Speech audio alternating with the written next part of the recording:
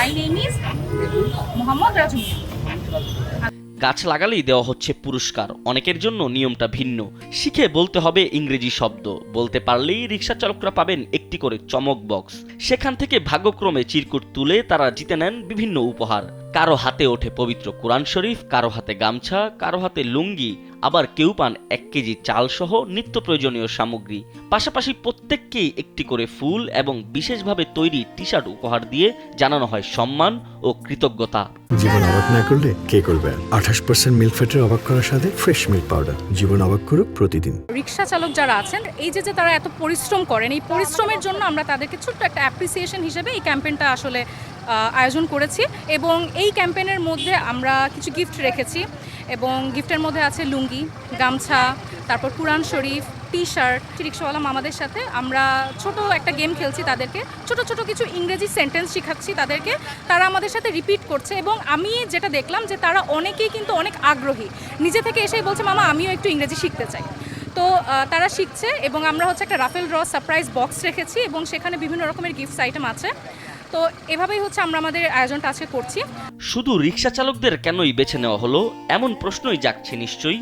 ঢাকার রাজপথে প্রতিদিন মানুষকে গন্তব্যে পৌঁছে দিতে নিরলস ছুটে চলেন তারা।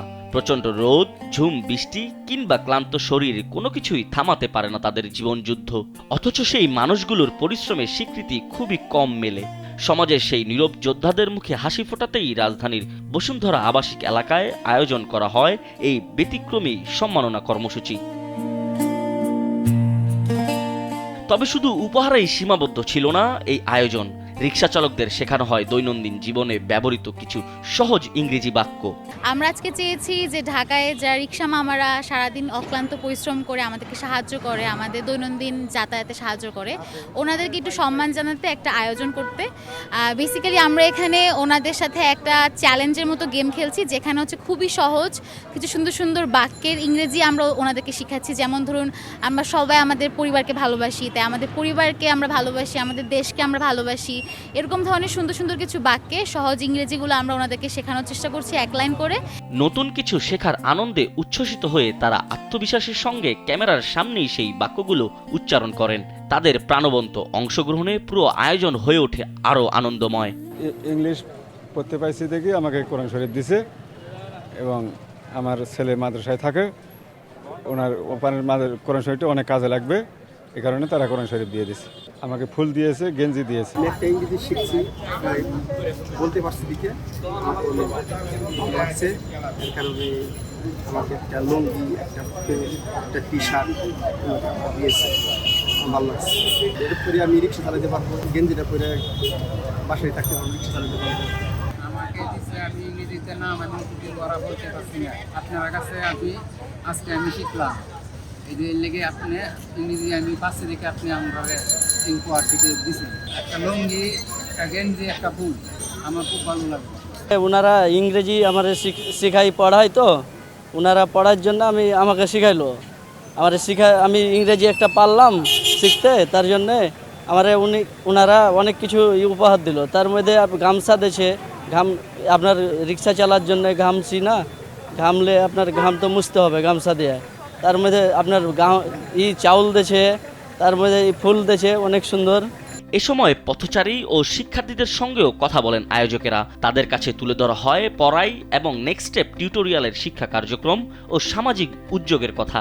শুভেচ্ছার নিদর্শন হিসেবে তাদের হাতেও তুলে দেওয়া হয় ফুল।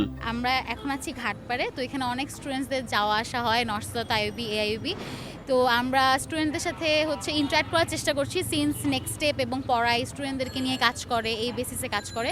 তো ওনাদের সাথে ইন্টারাক্ট করে আমরা ওনাদের সাথে কথা বলছি, কিউআর কোড স্ক্যান করায়, আমাদের পেজ ভিজিট করাচ্ছি, দেখাচ্ছি আমরা কি কাজ করি এবং একই সাথে ওনাদেরকে ফুল দেওয়ার চেষ্টা করছি। Just we are having some communication with the university students. শুধু সম্মান জানানোই নয়, পরিবেশের প্রতি দায়বদ্ধতার বার্তা ছড়িয়ে দিতে কর্মসূচির অংশ হিসেবে রিকশা চালকদের দিয়েও বৃক্ষরোপণ করানো হয়। একটি গাছের চারা রোপণের মধ্য দিয়ে তারা পরিবেশ সংরক্ষণ এবং দেশ গঠনে নিজেরাও ভূমিকা রাখার অঙ্গীকার ব্যক্ত করেন। আর এটার পাশাপাশি আমরা একটা অংশ রেখেছি বৃক্ষরোপণের। দেখুন, আমরা তো সবসময় দেখি বিভিন্ন সংগঠন থেকে উচ্চবিত্ত যারা আছেন বা মধ্যবিত্ত যারা আছেন, আমরা এরকম আয়োজনটা করে থাকি। আমরা চাচ্ছি যে রিকশাওয়ালা মামা যারা আছেন তারাও কিন্তু বাংলাদেশের নাগরিক, এবং সুনাগরিক হিসেবে আমরা চাচ্ছি তাদের হাত দিয়ে একটা ছোট করে একটু বৃক্ষরোপণ প্রচেষ্টাটা মানে সফল করতে চাচ্ছি।